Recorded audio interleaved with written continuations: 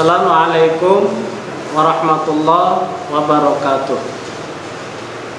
Alhamdulillah, segala puji bagi Allah Subhanahu wa Ta'ala yang telah memberi karunia limpahan nikmatnya kepada kita semua, sehingga kita semua, terutama kalian, bisa menyaksikan video pembelajaran yang keenam, yakni hadis tentang perilaku jujur. Setelah kalian di video sebelumnya menerima materi ayat-ayat Al-Quran, yaitu surat Al-Ma'idah ayat 8 dan surat At-Taubah ayat 119, pada video kali ini kalian akan mempelajari hadis tentang perilaku jujur. Sebelum Bapak sampaikan materi tentang hadis perilaku jujur, mari kita awali dengan membacakan basmalah. Bismillahirrahmanirrahim, agar pembelajaran di video kali ini bermanfaat untuk kita semua. Dan tidak lupa juga, Bapak selalu mengingatkan kalian agar selalu semangat belajar, walaupun belajarnya masih dari rumah. Anak-anakku sekalian, kelas 10 TBSM 1, 2, 3, dan 4, 10 TKJ 1, 2, 3, dan 4, di dalam hadis tentang perilaku jujur yang diriwayatkan dari Abdullah bin Mas'ud radhiyallahu anhu tentang perintah berlaku jujur. Hadis ini rawahunya diriwayatkannya oleh Imam Muslim. Rasulullah Shallallahu Alaihi Wasallam bersabda di dalam hadis ini, jelasnya, rincinya hadis ini Bapak sampaikan, an Abdullah bin Mas'udin radhiyallahu anhu qala qala Rasulullah sallallahu alaihi wasallam, alaikum bisidqi fa inna sidqa yahdi ilal birri wa innal birra yahdi ilal jannah wa ma yazalur rajulu yasduqu wa yataharras sidqa hatta yuktaba indallahi siddiqa wa iyyakum wal kadhiba fa innal kadhiba yahdi ilal fujur wa innal fujura yahdi ilan nar wa ma yazalur rajulu yakdzibu wa yataharral kadhiba hatta yuktabu indallahi kadzdzaba. Rawahu Muslim. Diriwayatkan dari Abdullah bin Mas'ud radhiyallahu an, Rasulullah Shallallahu Alaihi Wasallam bersabda, hendaklah kamu berlaku jujur, karena kejujuran menuntunmu pada kebenaran, dan kebenaran menuntunmu ke surga. Dan senantiasa seseorang berlaku jujur dan selalu jujur, sehingga dia tercatat di sisi Allah Subhanahu wa Ta'ala sebagai orang yang jujur. Dan hindarilah olehmu berlaku dusta, karena kedustaan menuntunmu pada kejahatan, dan kejahatan menuntunmu ke neraka. Dan seseorang senantiasa berlaku dusta dan selalu dusta, sehingga dia tercatat di sisi Allah Subhanahu wa Ta'ala sebagai pendusta.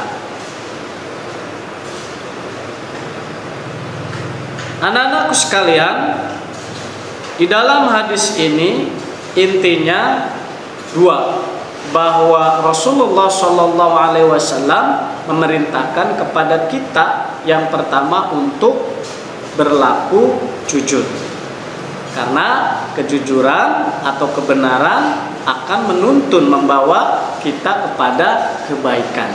Dan juga yang kedua, Rasul melarang. Rasul Shallallahu Alaihi Wasallam melarang kepada kita berperilaku dusta atau bohong, karena dusta atau bohong akan menuntun kepada orang yang berdusta itu dalam hal kejahatan.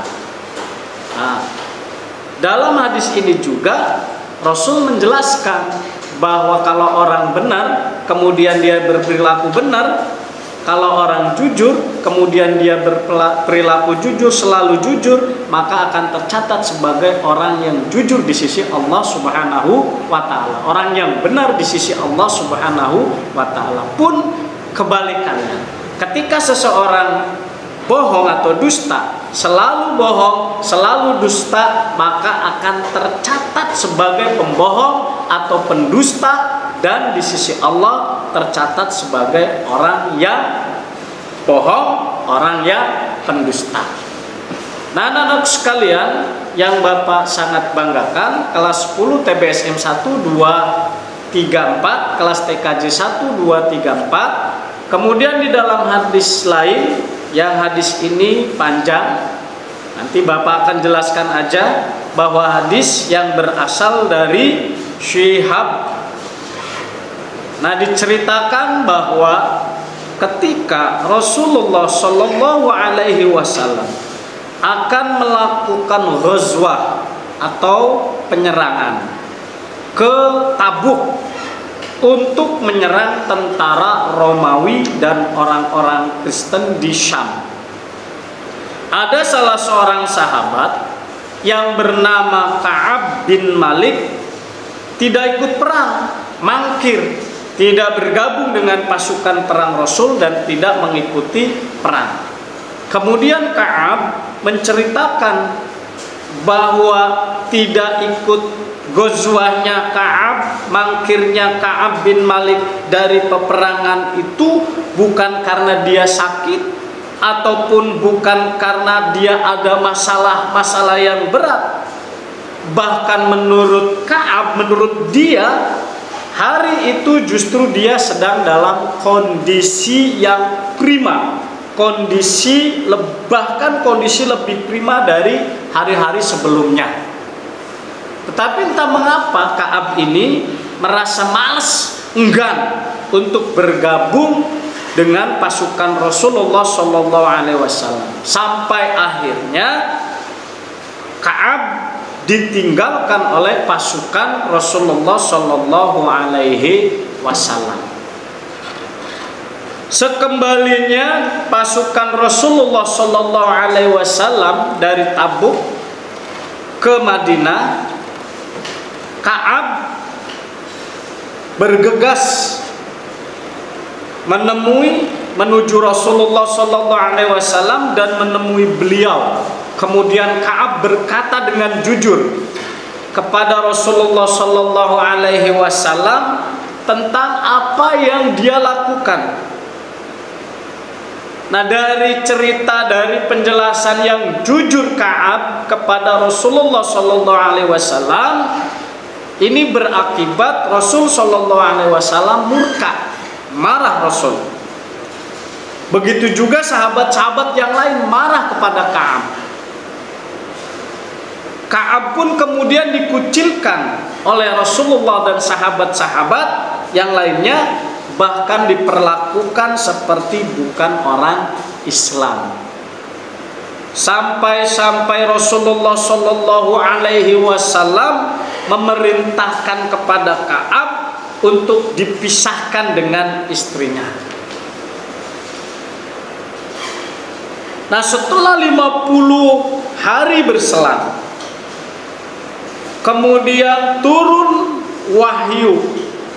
Allah Subhanahu wa taala berfirman, turun wahyu kepada Rasulullah Shallallahu Alaihi Wasallam yang menjelaskan bahwa Allah Subhanahu wa taala telah menerima taubatnya Ka'ab. Dan ada temannya yang lain yang dua. Allah Subhanahu wa taala benar-benar telah menerima taubatnya Ka'ab dan 2 orang temannya, sahabatnya, dan juga menerima taubatnya Kanjeng Nabi Muhammad SAW karena marah tadi, dengan para sahabat-sahabat juga yang marah. Nah, hal ini menunjukkan bahwa Allah Subhanahu wa Ta'ala sesungguhnya Maha Pengasih dan Maha Penyayang.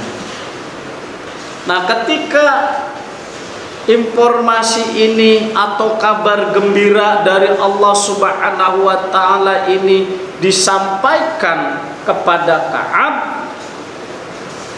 yang telah menerima taubat Ka'ab, kemudian Ka'ab berkata, demi Allah Subhanahu wa Ta'ala, tidak ada nikmat terbesar dari Allah Subhanahu wa Ta'ala setelah nikmat hidayah Islam, selain kejujuranku kepada Rasulullah Sallallahu Alaihi Wasallam dan ketidakbohonganku, kata Ka'ab, kepada beliau Rasulullah Sallallahu Alaihi Wasallam, sehingga saya, kata Ka'ab, tidak binasa seperti orang-orang yang berdusta.